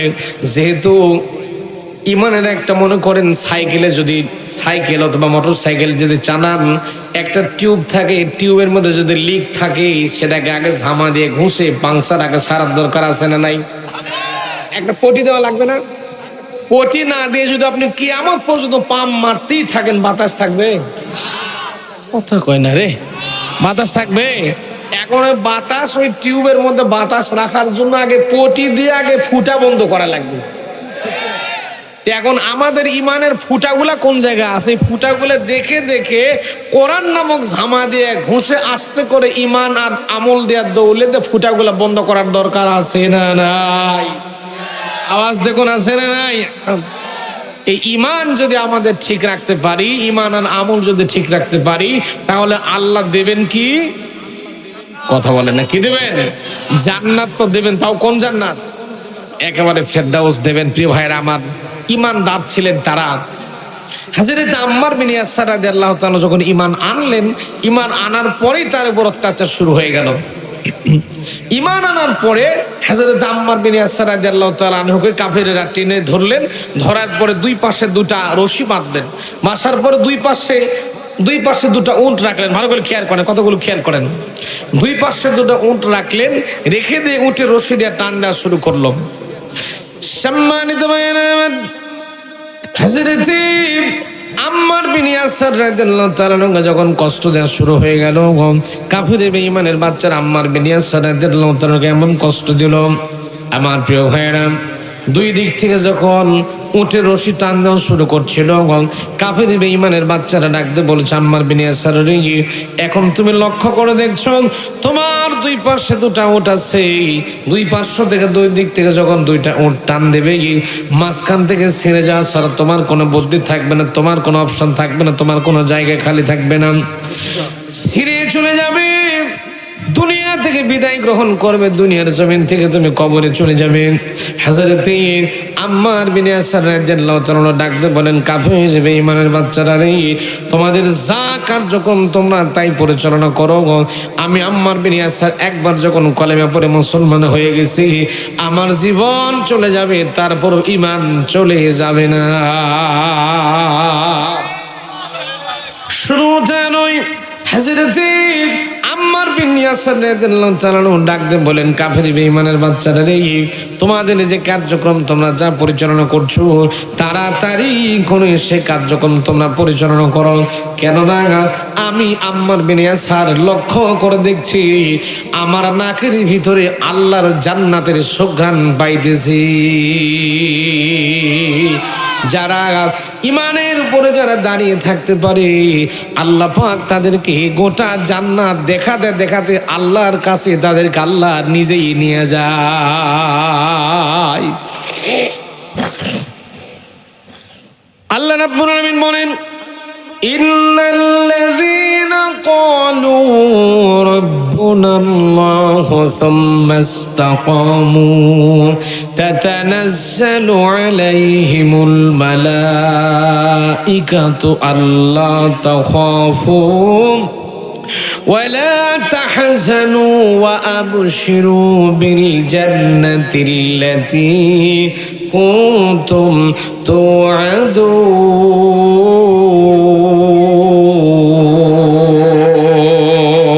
توعدون। আরেকটু চিল্লা কোন আল্লাহু আকবার। ইমানের উপরে সব সময়ের জন্য অবিচলতার সাথে দাঁড়িয়ে থাকার দরকার আছে না নাই? ইমান এবং আমল চলে, সুন্দর করে আমলের চলে করা লাগবে। ইমান যদি ঠিকঠাক মতো আনতে পারি, আর ইমানের উপর যদি অবিচলতার সাথে দাঁড়িয়ে থাকতে পারি, আর আমলের চলে যদি ভালো কাজ করতে পারি, তাহলে আল্লাহ রাব্বুল আলামিন আপনার আমার জন্য রেখে দিয়েছেন জান্নাতুল ফেরদাউসটাকে আল্লাহ পাক আপনার আমার জন্য প্রস্তুত করে রেখেছে। সেই জান্নাতের মেহমান আমরা হতে চাই কি চাই না ভাই? চাই কি চাই না? কষ্ট হচ্ছে আপনাদের? প্রিয় ভাইয়ের আমার, দেখেন সাহাবায়ে আজমাইন রাদিয়াল্লাহু তাআলা আনহুম, তাদের ঈমান কেমন মজবুত ছিল, কেমন ছিল একটু খেয়াল করেন, খুব ভালো মনোযোগ দেওয়া লাগবে। হযরতে বিশ্বনবী মুহাম্মদ রাসূলুল্লাহ সাল্লাল্লাহু আলাইহি সাল্লাম মসজিদে নববীতে একটা বক্তব্য করছিলেন। আমার প্রিয় ভাইয়েরা, আল্লাহর নবী বিশ্ব নবী মুহাম্মদুর রাসূলুল্লাহ সাল্লাল্লাহু আলাইহি সাল্লাম মসজিদে নববীতে দাঁড়িয়ে থেকে সাহাবায়ে কেরামদের সামনে উদ্দেশ্য করে একটা বক্তব্য করলেন। ডাকতে বলেন, সাহাবায়ে কেরাম, এখনো তোমাদের যাদের বিয়ে করার মতো অ্যাবিলিটি আছে, সামর্থ্য আল্লাহ তাআলা যাদেরকে দিয়েছেন, খুব তাড়াতাড়ি করে তোমরা বিয়ে শাদী কমপ্লিট করো। এখন বিয়ের কথা শুনলে তো সকলের মজাই লাগে। প্রিয় ভাইরা, সব সাহাবায়ে কেরাম চলে গেছি, একজন সাহাবী জাননি, তার নাম ছিল হযরতে সাদ সালমী রাদিয়াল্লাহু তাআলা, তার নাম ছিল। তিনি দেখতে কুচকুচে একটা কালো বর্ণের মানুষ ছিলেন, কুচকুচে কালো মানুষ ছিলেন। সাদ সালমী রাদিয়াল্লাহু তাআলা কাঁদছিলেন, চোখের পানি ঝরছিল। সাদ সালমী রাদিয়াল্লাহু তাআলা কাঁদেন, চোখ ভিজে যায়, দাড়িগুলো ভিজে যায়, গাল ভিজে ভিজে গাল বেয়ে পানির ফোঁটাগুলো জমিনে পড়ছে। আল্লাহর নবী তার কাছে গেলেন, ডাকতে বললেন, সাদ সালমী রে, আমি নবী বিয়ে করার কথা বলেছি। বিয়ে করার কথা বললে মানুষ আনন্দিত হয়, মানুষ সন্তুষ্ট হয়ে যায়, মানুষ খুশি হয়ে যায়। কিন্তু তুমি সাদ সালমী, বিয়ের বক্তব্য শোনার পরে তোমার চোখের কোণায় পানি পড়লো কেন? তুমি চোখ দিয়ে পানি পড়ছে কেন? তোমার কি হলো একটা বারের জন্য বলো? সাদ সালমী রাদিয়াল্লাহু তাআলা বললেন, ইয়া রাসূলুল্লাহ, হে আল্লাহর নবী, বিয়ে করার কথা শুনলে মানুষ আনন্দিত হয়, সন্তুষ্ট হয়ে যায়, ঠিক আছে, কিন্তু আল্লাহ তাআলা আমাকে যে চেহারা সুরাত দান করেছেন, আমি যে কালোর কালো, মদিনাতে আমাকে কে মেয়ে বিয়ে দিবে? আমার তো বিয়ে হবে না, আমি তো আপনার একটা সুন্নত থেকে বাদ পড়ে যাব, এই জন্য চোখের পানি ফেলে কাঁদতেছি, হে রাসূল, আমার তো বিয়ে হবে না। বলতেছে, আমি যে কালোর কালো, আমার কে মেয়ে বিয়ে দিবে? আমার তো বিয়েই হবে না, বিয়ে হবে না জন্য করে আপনার একটা সুন্নাত থেকে আমি বাদ পড়ে যাব, এই দুঃখে কষ্টে কাঁদতেছি। আমার নবীর ঠোঁটে মুচকে একটা হাসি আসলো, যখন আল্লাহু আকবার। আমার নবীজি যখন মানুষের সঙ্গে কথা বলতেন ঠোঁটটা নাড়া দিয়ে একটু মুচকে হাসি দিয়ে কথা বলতেন, সুবহানাল্লাহ। বুখারী মুসলিম এসেছে নবীজি যখনই কথা বলতেন মুচকি একটু ঠোঁটটা নাড়া দিয়ে কথা বলতেন, সুবহানাল্লাহ। কি আমার নবী ছিলেন। আর আমরা যদি একটু পয়সাওয়ালা হই, একটু টাকাওয়ালা যদি হই, গরিব মানুষকে তো মানুষই মনে করি। পয়সার গরমে টাকার গরমে ফুটানি দেখ কে কে, কথা কেন রে, এখানে বলেন আছে না নাই? অথচ আমার নবী একটা মহব্বতপূর্ণ মানুষ ছিলেন, আল্লাহু আকবার। এই জন্য নবীজি বলেছেন, যেই মানুষের সঙ্গে তোমরা কথা বলো না কারণ ঠোঁটটা একটু নাড়া দাও, একটু মুচকে হাসি দিয়ে কথা বলো, আমল নামে আল্লাহ পাক সাদকার মতো সওয়াব লিখে দান করে দেবেন, সাদকার মতো সব আল্লাহ দান করবেন। তাহলে মানুষের সঙ্গে কথা বলার সময় মুচকে একটু হাসি দিয়ে কথা বলার দরকার আছে না নাই? আমাদের সমাজে কিছু কিছু মানুষ আছে দেখবেন মুখটা টেনেও মনে হাসি বের করা যায় না, কথা কয় না রে, আছে না নাই? মানে কিছু এমন একটা ভাব ধরে আছে মনে মানে ওর ভাব দেখে কে, আছে না নাই? অথচ আমার নবী মুহাম্মদ রাসূলুল্লাহ সাল্লাল্লাহু আলাইহি ওয়াসাল্লাম শিক্ষা দিয়েছেন, জীবনের পরতে পরতে আমার নবীর জীবন, পুরো জীবনটাই উম্মতের জন্য শিক্ষা ছিল, যখন আল্লাহু আকবার। ছোট্ট একটা হাদিস মনে পড়ে গেল, বলবো না ছেড়ে দেব। আল্লাহ নবীর জামাই হযরত আলী রাদিয়াল্লাহু তাআলা, শ্বশুর মহানবী মুহাম্মদ সাল্লাল্লাহু আলাইহি সাল্লাম আর জামাই হযরত আলী দুজনেই মিষ্টি মানুষ। মসজিদে নববীতে এক পটলা খেজুর এলো, ভালো করে হাদিসটা শোনেন, হাদিস বলছি গল্প শোনাচ্ছি না। মসজিদে নববীতে এক পটলা খেজুর এলো, নবীজি সবাইকে খেজুর দিলেন আর বললেন তোমরা খাও, আর খেজুরের বিচি থাকে না ভাই, গুহা না করলে কথা কম কেন, কিছু খেজুরের বিচি নাই, সৌদিতে আমি খেয়েছি কিছু খেজুরের বিচি নাই, তো যাই হোক খেজুরের বিচি থাকে। নবীজি বললেন যে খেজুরগুলা খাও আর বিচিগুলা পাতের সামনে রাখো। সবাই খেজুর খায়, বিচি পাতের সামনে জড়ো করেন।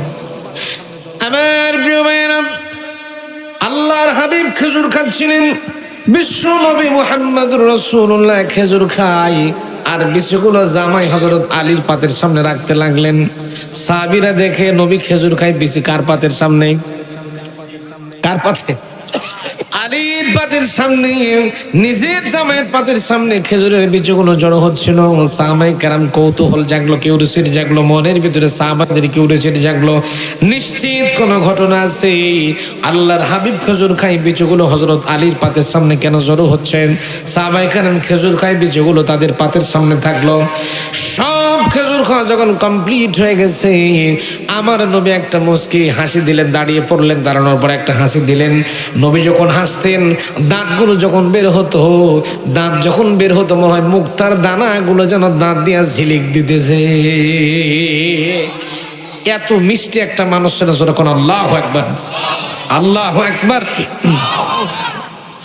প্রিয় ভাইরা, নবীজির দাঁত দিয়া মুক্তার দানার মতো যেন ঝিলিক মারতেছে, হাসিটা ঝিলিক মারতেছে।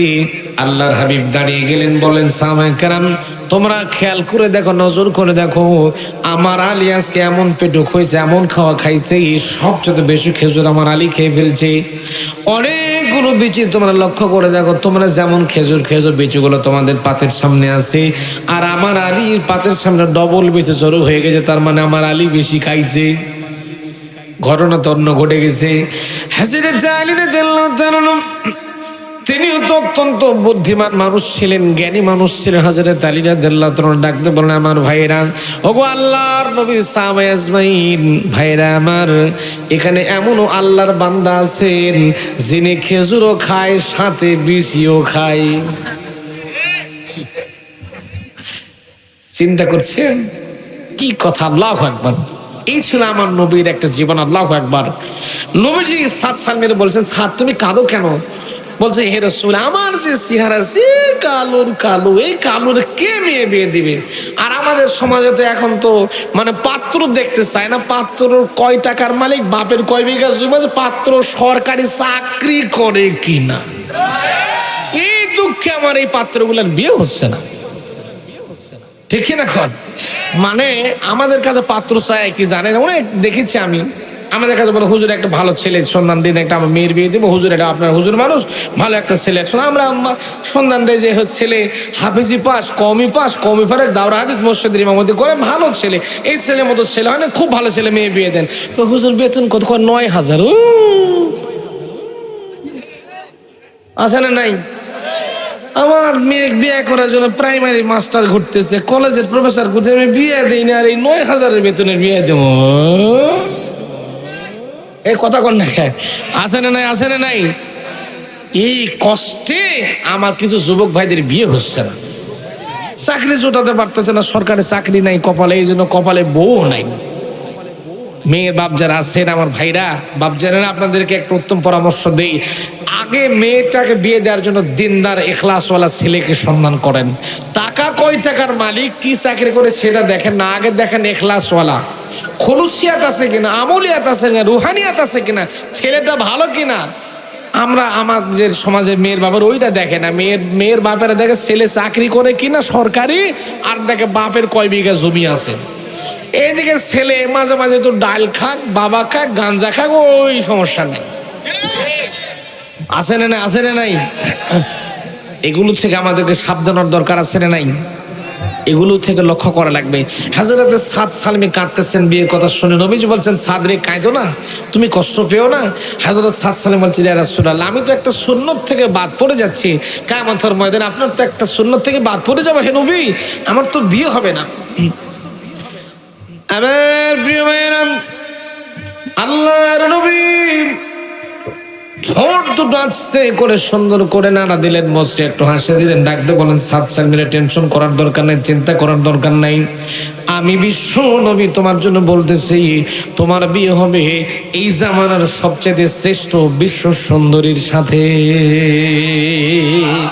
আরেকটু চিল্লে কোন সুবহানাল্লাহ। প্রিয় ভাইয়েরা আমার, আপনি বিরক্ত হচ্ছেন?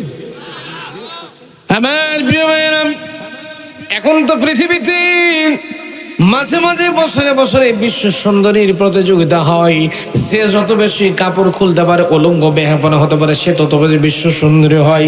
ইসলামের ইতিহাসে পৃথিবীতে 4 জন মহিলাকে আল্লাহ বিশ্ব সুন্দরী দিয়েছিলেন। কোন কোন বর্ণনায় পাওয়া যায় 4 জন, কোন কোন বর্ণনায় পাওয়া যায় 5 জন। তার মধ্যে একজন যিনি ছিলেন তিনি হচ্ছেন আমাদের মা হযরত হাওয়া আলাইহিস সালাম। আমাদের মা, সকলের মার নাম কি? হাওয়া। তিনি ছিলেন বিশ্ব সুন্দরী। আর কয়েকজন ছিলেন, তার মধ্যে শেষের জনের কথা বলছি, শেষের জন ছিল হুরে মদিনা। আল্লাহর নবী মুহাম্মদ রাসূলুল্লাহ সাল্লাল্লাহু আলাইহি সাল্লাম ছিলেন মদিনার প্রেসিডেন্ট, মদিনার রাষ্ট্রপতি। আর মদিনার ফাইন্যান্স মিনিস্টার যিনি ছিলেন, মদিনার অর্থমন্ত্রী যিনি ছিলেন, তার নাম ছিল হযরত আব্দুর রহমান রাদিয়াল্লাহু তাআলা আনহু। কোন কোন বর্ণনা পাওয়া যায় যে তার নাম ছিল আমির। ছোট্ট করে মনে রাখেন, হযরত আব্দুর রহমান রাদিয়াল্লাহু তাআলা আনহু কি নাম? আল্লাহর নবী, দিনার রাষ্ট্রপতি, আল্লাহর নবী। আল্লাহর নবী কি? আপনারা বুঝি বেজার, নবী রাষ্ট্রপতি কামটা কি ঠিক? মনে চিন্তা করছেন এই নবী মানুষ রাষ্ট্রপতি কামটা কি ঠিক? ঠিক না, তাই না? ঠিক। ভাইরা, আমাদের বাংলাদেশের মানুষের চিন্তা ভাবনা হলো নবী মানুষ রাষ্ট্রপতি হবে কেন, হুজুরের রাষ্ট্রপতি হবে কেন, চেয়ারম্যান হবে কেন, এমপি হবে কেন, মন্ত্রী হবে কেন, ডিসির চেয়ারে বসবে কেন? আমাদের চিন্তা ভাবনা হলো হুজুরেরা খালি মানুষের বাড়ি বাড়ি মিলাদ পড়াবে, মাদ্রাসায় পড়ে থাকবে, মসজিদের মধ্যে পড়ে থাকবে, খানখানে পড়ে থাকবে, এই বাড়িতে একদিন দাওয়াত খাবে, ওই বাড়িতে একদিন দাওয়াত খাবে, আর মসজিদের বারান্দায় শীত পটাং আস্তে করে শুয়ে থেকে ভরে লুটাবে। এটাই তো হুজুরদের কাম। যখন দেখবেন আমাদের মতো মৌলানা মানুষ, দাড়িওয়ালা টুপিওয়ালা মানুষ যখন নির্বাচন করার জন্য যখন ভোটে দাঁড়ায় গেছে, চেয়ারম্যানের ভোট করার জন্য যখন পোস্টার টাঙ্গায় দেবে, লক্ষ্য করে দেখবেন আপনাদের একতারপুর, কল্যাণপুরের কিছু কিছু মানুষ ওই মশান বাজার না কি বাজার কয়, মশান, ওই মশান বাজারে গিয়া এক হাতে বিড়ি মারবে আর এক হাতে চা মারে। বাংলাদেশের সবচেয়ে বড় সংসদ ভবনের নাম হলো চায়ের দোকান। এক হাতে বিড়িতে টান দেবে আর এক হাতে চা মারবে আর গল্প করে। আরে এতদিনে বলবি ভালোই ছিল, দেখতাম নামাজ পড়ায় মাদ্রাসাতে চাকরি করে, ভালোই ছিল দেখতেছি লোকটাও চেয়ারম্যানের ভোট করার জন্য দাঁড়ায় গেছে, তার মানে মৌলবীরও ক্ষমতার লোভ আছে না নাই? আচ্ছা বলেন তো, আমার নবী মুহাম্মদ রাসূলুল্লাহ সাল্লাল্লাহু আলাইহি ওয়াসাল্লাম রাষ্ট্রপতি ছিলেন না? ইউসুফ আলাইহিস সালামের নাম শুনেছেন? কথা কয় না রে। ইউসুফ আলাইহিস সালাম খাদ্যমন্ত্রী ছিলেন, অর্থমন্ত্রী ছিলেন, সুবহানাল্লাহ বলেন। সুলাইমান নবীর নাম শুনেছেন? তিনি গোটা দুনিয়ার রাজত্ব পরিচালনা করেছিলেন। তাহলে নবীরাও দেশ চালাতে পারে। এখন তো আমার দেশের কিছু কিছু মানুষ আছে, কিছু কিছু মানুষ আমাদের দেশের নেতাদের বক্তব্য শুনতে শুনতে আমাদের মাথা মগজ আউল হয়ে যায়। কিছু কিছু নেতারে ভাই, এই যে দেখবেন ভোটের সময় পাঞ্জাবি আলাদা, পোশাকও আলাদা, নেতাদের নামাজের স্টাইলও আলাদা। কথা কয় না রে। এক আসরের নামাজ মিনিমাম 3-4 জায়গায় পড়ে, কথা কয় না। আর এমন পোশাক আশাক পরে আসবে, ওই যে সাদা পাঞ্জাবি, সাদা টুপি আর সাদা রুমাল গায়ে ঝুলে দেখবো মানে কেবলই জান্নাত থেকে নিচে নেমে আসলো। ঠিক না জোরে খান? এই হলো আমার দেশের অবস্থা। এগুলো হলো ভোটের চাওয়ার সিস্টেম আমার ভাইরা। আর আমাদেরকে বলে মৌলবাদ, আমাদেরকে বলে জঙ্গিবাদ, আমাদের করে আমরা নাকি মৌলবাদী, আমরা নাকি এই, আমরা নাকি ধর্ম ব্যবসায়ী। আচ্ছা, আমরা তো দাড়ি টুপি পাগড়ি পাঞ্জাবি সারা জীবনই পরে থাকি, আর কিছু কিছু নেতা খেতা ভোটের সময় দাড়ি টুপি পাঞ্জাবি লাগায়। আসলে আসল ধর্ম ব্যবসায়ী কারা? আমরা না ওরা? কথা কয় না রে। আপনাদেরকে ভয় হচ্ছে? ভয় ডর যা ছিল গোষ্ঠী সুদ্ধা দোপারে চলে গেছে, আমাদের এখন তো দিল্লি চলে গেছে। এখন তো ভয় ডর আর করার কিছু নাই, ঠিক না জোরে কর? ভয় ডর যা ছিল সব ওপারে চলে গেছে। এখন আমাদের জন্য ময়দান ক্লিয়ার, মাঠ ক্লিয়ার, জোরে কোন আল্লাহু আকবার। দেশে আগুন লাগায়া আলেমদের জ্বালায়া, দেশে আগুন লাগায়া আলেমদের জ্বালায়া, পালায়া সাইরা গেলে ঢাকা, গণভবনটা এখন ফাঁকা বুবুরে, গণভবনটা এখন। আপনারা বুঝি কষ্ট পাচ্ছেন? দেশে আগুন লাগায়া আলেমদের জ্বালায়া, পালায়া সাইরা গেলে ঢাকা, গণভবনটা এখন।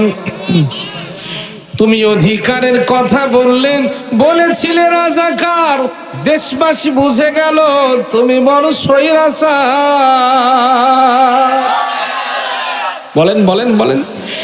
তুমি অধিকারের কথা বললেন, বলেছিলে রাজাকার, দেশবাসী বুঝে গেল তুমি বড় স্বৈরাচার। তোমার নেই কো শরম লাজ, তুমি বড়ই নাটকবাজ, তোমার নেই যে শরম লাজ, তুমি বড়ই নাটকবাজ, কাউয়া ডাকে না আর কাকা, গণভবনটা এখন বুবুরে, গণভবনটা এখন। ওরে খেলা হবে, খেলা হবে, শামীম তো আর বলে না, সংসদে মমতাজের বুকটা এখন ফাটে না। ঠিক কিনা? কোন ঠিক কিনা? ওরে খেলা হবে, খেলা হবে, শামীম তো আর বলে না, মাঝে মাঝে বলতো না আসো খেলা হবে। এখন খেলবে আলেমেরা, খেলার প্লেয়ার নাই। ঠিক না জোরে কন? ওরে খেলা হবে, খেলা হবে, শামীম তো আর বলে না, সংসদে মমতাজের বুকটা এখন ফাটে না। পলকের ঝলক তো আর নাই, বুবুর টাকলা মুরাদ নাই, পলকের ঝলক তো আর নাই, বুবুর টাকলা মুরাদ নাই, দিল্লিতে মামু বাড়ি একা, গণভবনটা এখন বুবুরে, গণভবনটা এখন। ওরে তুমি মিথ্যা মামলায় ফাঁসি দিলে সোনার মানুষ গুলারে, বলেন ঠিক কিনা বলেন? তুমি মিথ্যা মামলায় ফাঁসি দিলে সোনার মানুষ গুলারে, কত বড় ডাইনি সেজে নাই মায়া তার অন্তরে। সেই আদালত আছে, ফাঁসির দড়িও আছে, আছে না নাই? আছে না নাই? ও সেই আদালত আছে, ফাঁসির দড়িও আছে, কবে পাবো বুবু তোমার দেখা, অপেক্ষা করছে এখন ঢাকা বুবুরে, গণভবনটা এখন জোরে, গণভবনটা এখন দেশে আগুন লাগায়া আলেমদের জ্বালায়া পালায়া সাইরা গেলে ঢাকা, গণভবনটা এখন বুবুরে, গণভবনটা এখন বুবুরে, বাংলাদেশটা এখন। আমি কি ভুল বললাম ভাই? এটাই তো আমাদের সাথে ঘটতেছিল। শুধু তা নয়, আমাদেরকে কথা বলতে দিত না, দুই ধারে দুই মুনকার নাকির বসে থাকতে, বলতো হুজুর এই করা যাবে না, সেই করা যাবে না, কথা কর না কে, কথা কর না কে, মানে একটু এদিক ওদিক হলেই বলতো হুজুর মামলা দেবো, জেল দেবো, জুলেন দেবো, পুলিশ এসে বসে থাকতো। আর এখন পুলিশ আমাদেরকে আল্লাহর আমাদের পাহারা দেয়, যখন আল্লাহু আকবার, পুলিশ ভাইরা আমাদেরকে এগিয়ে দেয়, আল্লাহু আকবার। এরকম একটা সোনালী সমাজ, সোনার বাংলাদেশ আমরা গড়তে চাই কি চাই না? এখন চাই কি চাই না? আল্লাহ আমাদের কবুল করুক, বলেন আমিন। সাদ সালিম রাদিয়াল্লাহু তাআলা নবীজি বলছেন, সাদরে তুমি কাঁদো না, তোমার বিয়ে হবে এই সমাজের বিশ্ব সুন্দরীর সাথে। সুবহানাল্লাহ বলেন। কার সাথে? কার সাথে? বিশ্ব সুন্দরীর সাথে। এখন বলছেন একটা কাগজ কলম নাও, আমি নবী লিখতে বলতেছি, তুমি একটা কথা লেখো। চিঠি লিখতেছেন হযরত আব্দুর রহমান অর্থমন্ত্রীর কাছে। সুবহানাল্লাহ পড়েন। আমার ভাইরা, আল্লাহর নবী সাদ সালমী রাদিয়াল্লাহু তাআলাকে ডাকতে বলেন, সাদরে তুমি একটা চিঠি লেখো। সাদ সালমীকে নবীজি চিঠি লেখালেন। নবীজি চিঠির লেখক ছিলেন স্বয়ং নবীর কথাগুলো ছিলেন, নবীর কথাগুলো হলো আল্লাহর নবীর। চিঠি লিখতেছেন সাদ সালমী, চিঠির মধ্যে লিখতেছেন, চিঠির প্রথম ভাষা হলো, আব্দুর রহমান রে, ওগো মদিনার অর্থমন্ত্রী আব্দুর রহমান, তোমার কাছে একটা চিঠি লিখে দিলাম। এই যে চিঠির বাহক আমার একজন সাহাবী, খুব ভালো সাহাবী, আমার সাহাবী খুব ভালো মানুষ। দেখেন, খেয়াল করেন, এই কত শুনুন। নবীজি বলতেছেন, চিঠির মধ্যে নবীজি লিখতেছেন, ওরে আব্দুর রহমান, আমার এই সাহাবী খুব ভালো মানুষ, তার কলিজাটা খুব ভালো, সে খুব ভালো একটা মানুষ। তার গুণ নবীজি বর্ণনা করছেন। আমার সাহাবীর গুণ হলো তিনটা। এক নম্বরের গুণ হলো আমার সাহাবী দেখতে কুচকুচে কালো। কি? কুচকুচে কালো। দুই নম্বর, আমার সাহাবী একটা পা ভালো মতো দাঁড়াতে পারে না, লুলা পঙ্গু মানুষ, ঠিক মতো হাঁটতে পারে না, দাঁড়াতে পারে না। আর তিন নম্বর গুণাগুণ নবীজি বর্ণনা করছেন, আমার সাহাবী সবচেয়ে গরিব মানুষ, ফকির নে মিস্টার গরিবুল্লাহ চৌধুরী। আমার দেশের ঘটক যদি হতো, আল্লাহ নবী নিজে বিয়ের ঘটক, তিনি সত্য বর্ণনা করছেন, বলছেন আমার সাহাবী কালো। দুই নম্বরে আমার স্বামী লুলা পঙ্গ, তিন নম্বরে আমার স্বামী গরিব মানুষ। আর আমার দেশের ঘটকেরা যদি হতো, জমি যদি থাকে 2 বিঘা বলতো 20 বিঘা। যদি চাকরি করে কেরানি, ভাব নাই প্রধান শিক্ষক। যদি কেরানির চাকরি করে বলে হেডমাস্টার। ঠিক কিনা কোন? কোন মতে জমি টেনে টেনে 2-2.5 বিঘা আছে, এখানে লেগে দিত 20 বিঘা জমির মালিক। আর আমার নবী বিয়ের ঘটকালি করছেন, বলছেন যে আমার এই সাহাবী, বলতেছেন আমার সাহাবী কালো। এক নম্বর আমার সাহাবীর গুণ হলো কালো। দুই নম্বর আমার সাহাবীর একটা পা ভালো মতো চলতে পারে, লুলা পঙ্গু মানুষ, ভালো মতো দাঁড়িয়ে থাকতেও পারে না। আর তিন নম্বর নবী বর্ণনা করছেন যে আমার সাহাবীর কিচ্ছু নাই, আমার দরবারে শুয়ে থাকে, খাবার দিলে খায়, না দিলে না খাই পড়ে থাকে। বিশাল গুণবান মানুষ, তাই না? কিন্তু নবীজি বলছেন, কিন্তু এই লোকটার অন্তর ছিল আল্লাহর জন্য মহব্বতপূর্ণ। নবীজি বলছেন, আমের রে, আব্দুর রহমান রে, তোমার যে সুন্দরী হুরে মদিনা মেয়ে আছে, কন্যা আছে, এই মেয়েটার সাথে আমি নবী বিয়ের ঘটক এই চিঠি পাঠাই দিলাম। চিঠি পাওয়ার পরে, আমার চিঠি তোমার হাতে যাওয়ার পরে, তোমার হুরে মদিনা বিশ্ব সুন্দরী মেয়ের সাথে আমার এই কালো সাহাবীর তুমি বিয়ে পড়াইয়া দিও। না, সুবহানাল্লাহ কালকে সকালে পড়লেও হবে, আজকে থাক। আমার প্রিয় ভাইরা, এবার সাদ সালমী রাদিয়াল্লাহু তাআলা চিঠি নিয়েছেন, নবীর চিঠি নিয়েছেন। এবার চিঠি নেওয়ার পরে একবার চিঠিটা কপালে লাগান, একবার ঠোঁটে লাগান, চুমা খান, একবার বুকের সঙ্গে লাগান। আমার প্রিয় ভাইরা, সাদ সালমী রাদিয়াল্লাহু তাআলা আনহু চিঠিটা বুকের সঙ্গে জড়িয়ে নিলেন। একবার সুমা খাইতে লাগলেন, একবার কপালে লাগাতে লাগলেন, ঠোঁটে লাগাতে লাগলেন, মুখের মধ্যে জড়িয়ে নিলেন। চিন্তা ভাবনা একবার মনের মধ্যে কল্পনা করছেন, আমি যে কালোর কালো, আমার লোলা পঙ্গু মানুষ, আমি গরিব মানুষ, আমাকে দিয়ে কখনো এই মেয়েটার বিয়ে হবে না। একে তো ধনী মানুষের মেয়ে, অর্থমন্ত্রীর মেয়ে, তার উপরে বিশ্ব সুন্দরী, তার সাথে সুন্দরী মহিলা মদিনাতে একটাও নাই। কোটি কোটি টাকার মালিকের সন্তানেরা ওই মেয়েটাকে বিয়ে করার জন্য পাগল হয়ে আছে, অথচ এই মেয়েকে দিয়ে কখনো কোনোদিন আব্দুর রহমান নামক অর্থমন্ত্রী আমাকে বিয়ে দেবে না। এই চিন্তা ভাবনা তিনি মনের মধ্যে করছেন, আর একটা মনের মধ্যে শক্তি যোগাচ্ছেন, সাহস যোগাচ্ছেন। যেহেতু বিয়ের ঘটক সাধারণ কোনো মানুষ নয়, বিয়ের ঘটক হলেন স্বয়ং আল্লাহর নবী মুহাম্মদুর রাসূলুল্লাহ।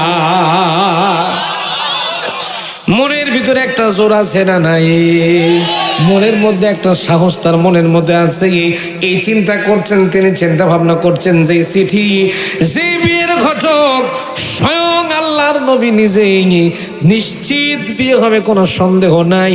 এই কল্পনা মনের মধ্যে আঁকতেছেন সাদ সালমী রাদিয়াল্লাহু তাআলা আনহু। এই কল্পনা আঁকতেছেন, আর বাড়ির কাছাকাছি যখন চলে গিয়েছেন, এখন মুসলমানদের মধ্যে সিস্টেম হলো মানুষের বাড়িতে অনুমতি নেওয়ার জন্য, মানুষের বাড়িতে অনুমতি নিতে গেলে সরাসরি ঢোকা যাবে না। বাড়িতে ঢুকতে গেলে বাড়িওয়ালা কাকে ইস্তেজান নেওয়া লাগবে, অনুমতি নেওয়া লাগবে, সালাম দেওয়ার দরকার আছে না নাই? আপনি বাড়ি খোলা আছে বলে হুটহাট করে ঢুকে যাবেন, এটা কিন্তু ইসলামের সিস্টেম, এটা ইসলামের সিস্টেম নয়। বাড়িতে ঢোকার জন্য অনুমতি নিতে হবে, সালাম দেওয়া লাগবে, এটা হলো ইসলামের সিস্টেম। হযরতে সাদ সালমী রাদিয়াল্লাহু তাআলা বাড়ির কাছে গেলেন, চিঠিটা বুকের মধ্যে জড়িয়ে নিয়ে আসেন, সালাম করলেন। সালাম করার পরে হযরত আব্দুর রহমান রাদিয়াল্লাহু তাআলা মদিনার অর্থমন্ত্রী বের হয়ে চলে আসলেন। আসার পরে দেখতেছেন তার বাড়ির দরজার সামনে একটা কুচকুচে কালো মানুষ দাঁড়িয়ে আছেন, পাথরের মতো কালো মানুষ। তিনি চিন্তা করলেন, সর্বনাশ, এত কালো মানুষও মদিনাতে থাকতে পারে। কালো মানুষকে দেখলেন, এই কালো মানুষের একটা ভলিউম আছে, যেহেতু সিটি কার সিটি আছে, নবীজির সিটি। এইবার সিটি নাস্তে করে বের করে হাতের মধ্যে সালাম কালাম কমপ্লিট করলেন। সালাম দেওয়া যখন কমপ্লিট হয়ে গেছে, সালাম দেওয়ার কমপ্লিট হয়ে যাওয়ার পরে বললেন, আল্লাহর নবী, বিশ্ব নবী আপনাকে একটা চিঠি দিয়েছে, যে চিঠিটা পড়েন আর তাড়াতাড়ি করে অ্যাকশন শুরু করেন। কোনো দেরি নাই, তাড়াতাড়ি করে কাম ছাড়েন, চিঠি পড়েন আর তাড়াতাড়ি করে কাজ করেন। সুবহানাল্লাহ বলেন, সুবহানাল্লাহ। হযরতে আব্দুর রহমান রাদিয়াল্লাহু তাআলা দেখেন চিঠি পড়তেছেন, হাদিসে এসে চিঠি পড়তেছেন। চিঠির মধ্যে নবীজি কি লিখছেন মনে আছে আপনাদের? চিঠির মধ্যে আল্লাহর নবী লিখেছেন যে আমার এই সাহাবী, কালো সাহাবীর সাথে তোমার মেয়ের বিয়ে পড়ায় দেব। এখন হযরত আব্দুর রহমান চিঠি একবার পড়ে আর একবার হযরত সাদ সালমের দিকে তাকায়, চিন্তা করে সর্বনাশ, যে কালোর কালো, এই লোকটাকে দিয়ে আমার মেয়ের যদি বিয়ে দেয়, আমার মেয়ের তো জীবন বরবাদ হয়ে যাবে, জিন্দেগি শেষ হয়ে যাবে। আর একবার চিন্তা করতেছেন যে চিঠির ঘটক, বিয়ের ঘটক দুনিয়ার সাধারণ কোনো মানুষ, বিয়ের ঘটক কে? স্বয়ং আল্লাহর নবী নিজে বিয়ের ঘটক। সুতরাং এই চিঠিটা তো ফেরত দেওয়াও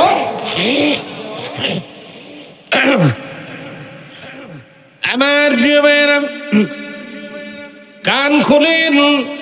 সাদ সালমী রাদিয়াল্লাহু তাআলাকে দাঁড় করায় দিলেন। সাদে সালমী রাদিয়াল্লাহু তাআলা বাড়ির বাইরে দাঁড়িয়ে থাকলেন। আর এই মুহূর্তে হযরতে আব্দুর রহমান রাদিয়াল্লাহু তাআলা কন্যা হুরে মদিনা আস্তে করে দরজার ফাঁক দিয়ে তার চাঁদ মুখটা একটু দেখলেন, খেয়াল করেন। সাদ সালমীর চেহারা দেখলেন, সাদ সালমী রাদিয়াল্লাহু তাআলা চাঁদ মুখটা দেখলেন। দেখার পরে তিনি আস্তে করে বাড়ির ভিতরে চলে গেলেন। এখন আমরা যতই বুঝি না কেন, যতই কিছু হই না কেন, আমাদের প্রত্যেকটা বাড়িতে এক একটা করে হোম মিনিস্টার থাকে।